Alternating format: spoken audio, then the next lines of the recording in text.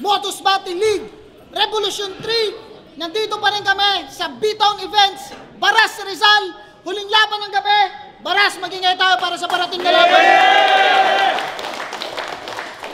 Siyempre, maraming salamat palagi. B-Town Events, maraming salamat kay Kagawad Kamatis, Blazer, sa pagtulong sa amin para ma-organize itong event na to.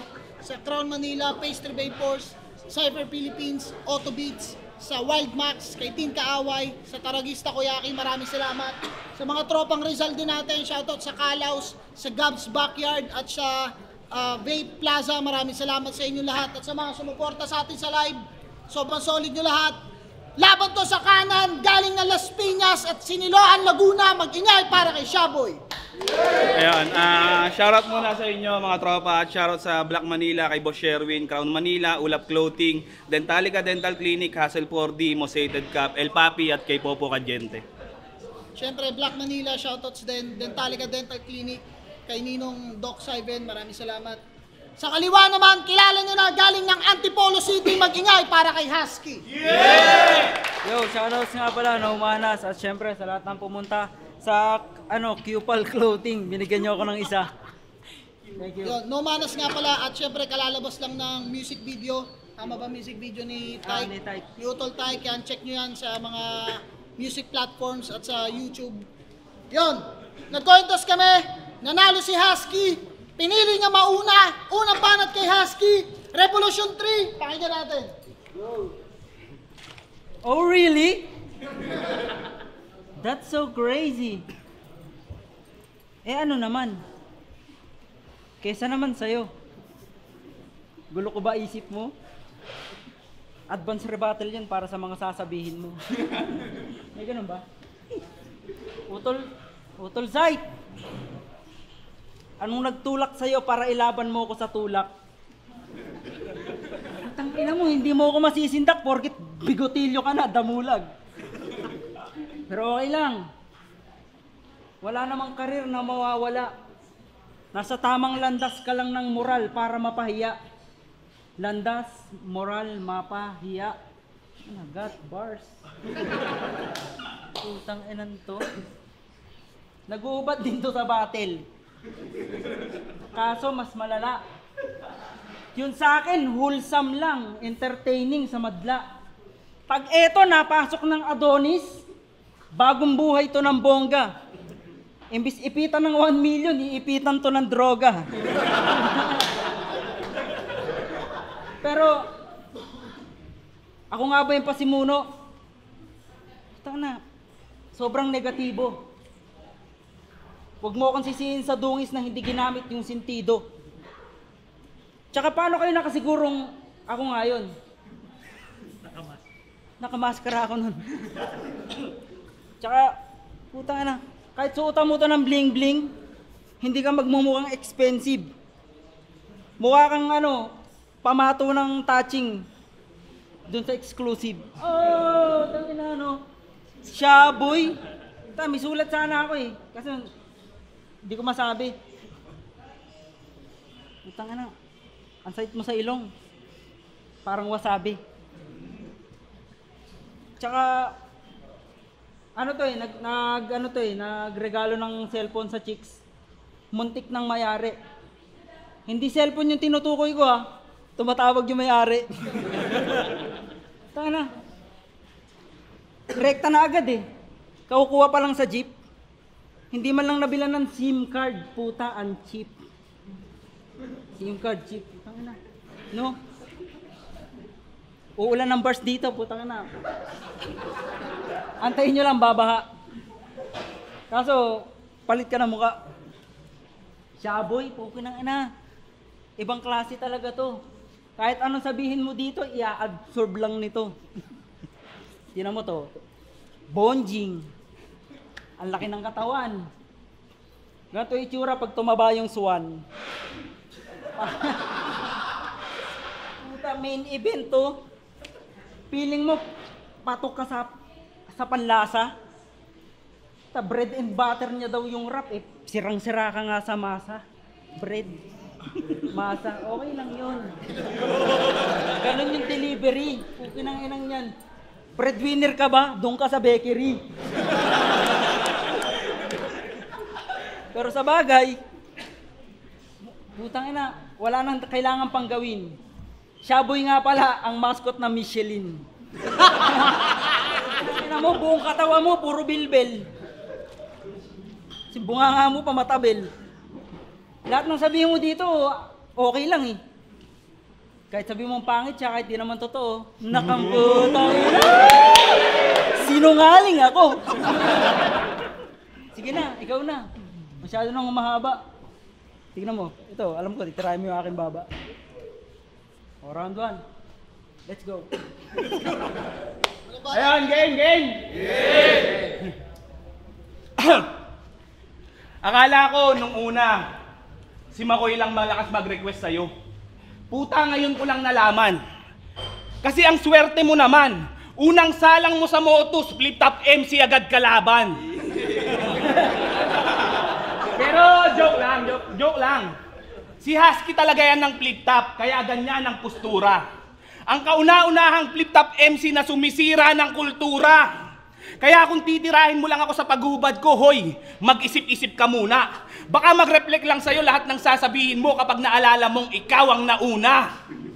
Kasi siya si Hentai Kamen at yung masasamang tao daw ay kanyang dinadampot.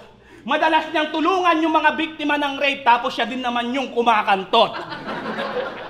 Parehas tayong may kababuyang ginawa sa flip top at ngayon ay nagsisisi. Gusto mo babuyin din natin tong Motus eh. Sabay tayong maglabas ng titi.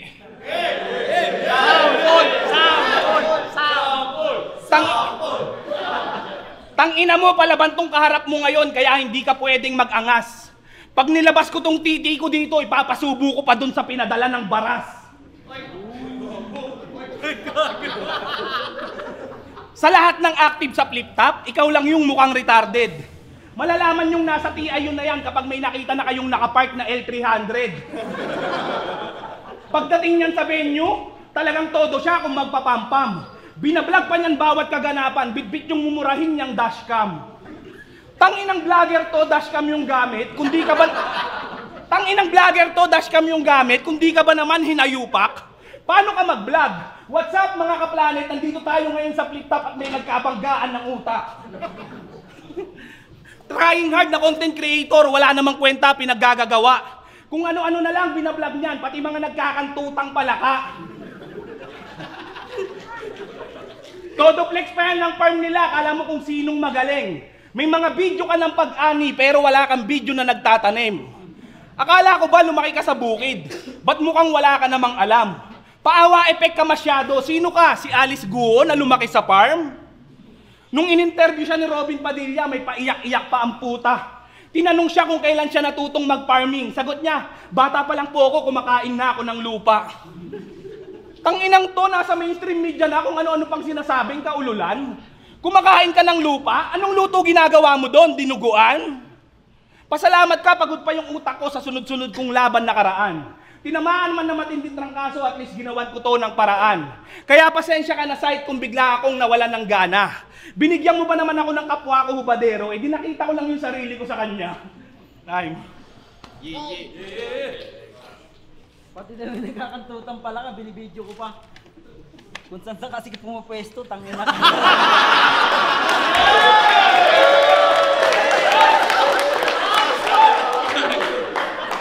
Tawag mo akong aamunin ng labasan ng titi. Puta, pag ako naglabas ng titi, may kasama pang ihi. Putang ina na ito yung sabi ko ano sinasabi puta tungkol sa pagpaparm ko. Umiyak daw ako Robin, eh syempre, ano, TV, exposure, pugi ng ina mo. Pero ano lang yun, kunwari lang yun. Tsaka yung mga pagpaparm ko, pag-aalaga ng hayop, talagang mapagmahal ako sa hayop, kaya nga mahal kita eh. Kung ano sinasabi, tangina, magdadahilan pa ng mga ano, pagod, maraming battle. Kung talagang matalino ka, hindi ka mauubusan, hindi yun hassle. Di ba? Itong inan to, patawa-tawa pa, puta na. Oh, umiyak na. Umiyak oh. Inase puta. Hindi ko alam kung ano yung sasabihin ko sa iyo eh. Kasi wala akong masabi, tinan mo. Kunwari, nag-joke ako ah. Putang na. Oh?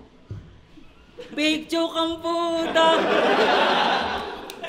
Marami, ano eh, May mga hindi pa ako nagagawa sa battle, yung hindi pagsipot, hindi paghahanda. Medyo nagawa ko na ng konti. Tapos, wala lang. Tapos shaboy yung paghahanda mo, putang ina, paano ka gaganahan dyan? Eh puta, tanga naman yan eh.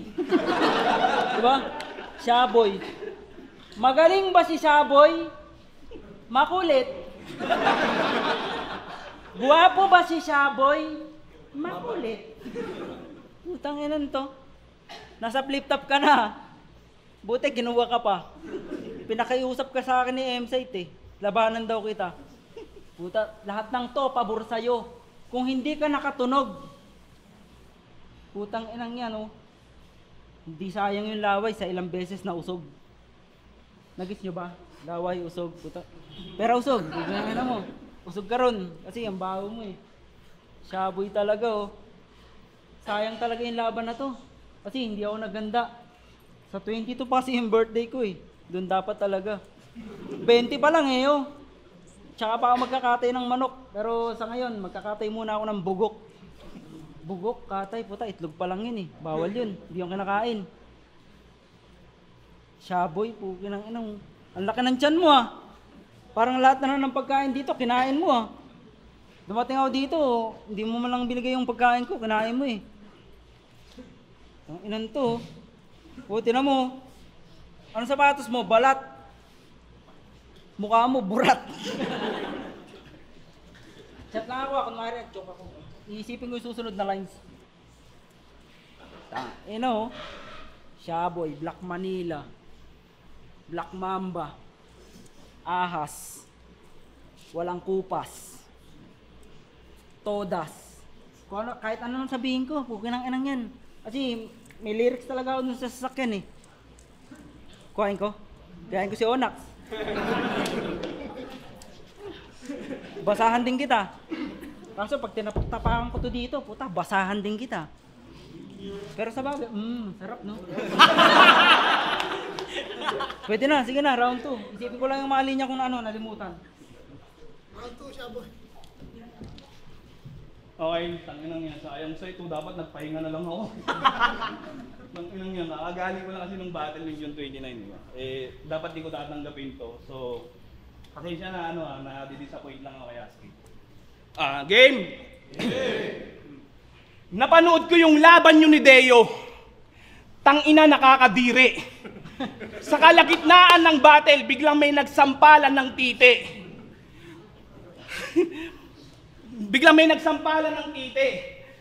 Tapos proud ka pang nag-trending yun? Isang malaking katangahan.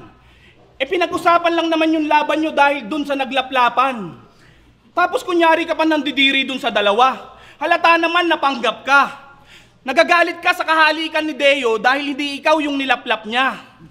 Piling biktima ka pa dun? Puta, para kang gago. Kung hindi yung ginawa nila Deo, malamang ikaw dun yung natalo. Kasi kitang-kita naman na ikaw dun ay kanyang nabaon. Kaya pag nakita mo yung kahalikan ni Deo, sana halikan mo siya ngayon. Pero maiba. Congrats nga pala, Husky, kasi meron ka ng buhay na masagana. Dahil sa pagsabit-sabit mo kay Shernan, hindi ka na ngayon namamasada. Napakasipag pa naman niyang bumiyahe kahit tirik yung araw o maulanan. Willing siyang maghatid ng pasahero mula Antipolo to Bulacan. Napakabuhaya mo naman. Ba't di mo na lang hinayaan mag-FX? Para sumakay sa tricycle niya, pinapangakuan niyang idadaan daw niya sa NLEX. At di ba malaki ang utang ng loob mo kay Shernan? Kala mo di ko yan alam? Kasi sumabit ka lang sa kasikatan ng tao, ganyan si Husky sa kalam. Mula sa pagiging kabet at paggawa ng content, kaya meron akong katanungang nabuo. Kung marunong kang tumanaw ng utang ng loob, bakit di ka sumusuporta sa pulo? Matapos kang pasikatin ng tao, wala ka man lang mabuting igagante? Anong silbi nung Can't Say No challenge nyo na content kung palagi ka sa kanyang tumatanggi? O di ba? Inaaya ka niyang bumatel sa pulo, katwiran mo palagi, busy ka. Tapos nung inaya ka dito sa motos, biglang ura-urada, pwede na. At naiwan ka raw ng eroplano nakaraan. Kasi yung ID mo, iniiwan mo kung san-san.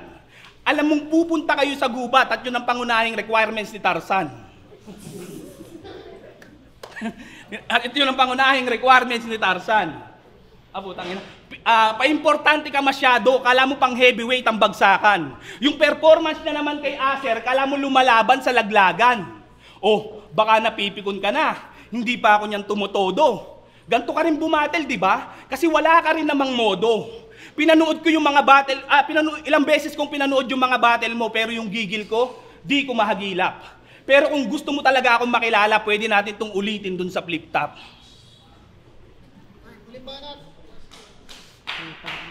Pwedeng ulitin dun sa flip top. Kaya nga hindi ko sineryoso. Magpalakas ka muna, Shaboy, para makita mo yung tunay na ako. Mahina ka pa. Tapos naiwanan ko daw yung ID ko. Tangina naman. Eh syempre kasi lagi kong iniiwan sa sasakyan. Tapos yung yung labang ko kay Acer, putang na, kahit pa paano, nag-trending. Sa mga sinasabi mo, huwag kang masyadong demanding. Pasensya na po. Kung minsan nauubusan ng kulit. Aanin ko yung million views. Kung million peso yung kapalit. O diba kasi hindi ako pwedeng tumigil. Maraming bayarin, pero sa kabilang banda may mga MCs na kailangang patayin. Motos MCs, makinig kayo. Bibigyan ko kayo ng tip kung paano ba dapat. Pag bumili kayo ng biskwit, Rebisco cracker kasi 4 dapat. Wala lang. Sinabi ko lang yun. Tangina, alam mo, malayo sana mararating mo kung sasakay ka. Kaso, ginagawa mo makupad, mabagal pa. Hindi ka siniseryoso ng kalaban mo kasi mahinang klase ka. Hindi kita pinaghandaan kasi busy ako. Pero kung sakasakali, patay ka. Busy ka rin, di ba? Marami kang battle. Pero ako, pamilya kasi muna. Tinanggap ko yung battle kasi nahihiya ako kay M-Site Ayokong tumanggi. Kaya sabi ko na lang, sige, Shaboy, tangina, yung naguhubad, putang ina, wala namang ambag yan sa sa Filipino rock scene. Alam mo lang ginagawa, puro scene. Marami kang kasalanan na pinagbabayaran. Ako rin, ang dami kong basher na nasali na sa'yo. Ikaw na yung bagong naguhubad ng flip top Tangina mo. Wala akong masabi, pasensya na sa lahat ng pumunta dito. Bawi na lang ako. Pero, ang pangit mo talaga. Yun lang. Sige na.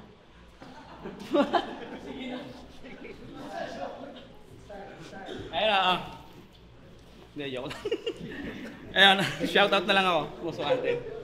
Mosated. Putang ina site. Huling upload to, sigurado.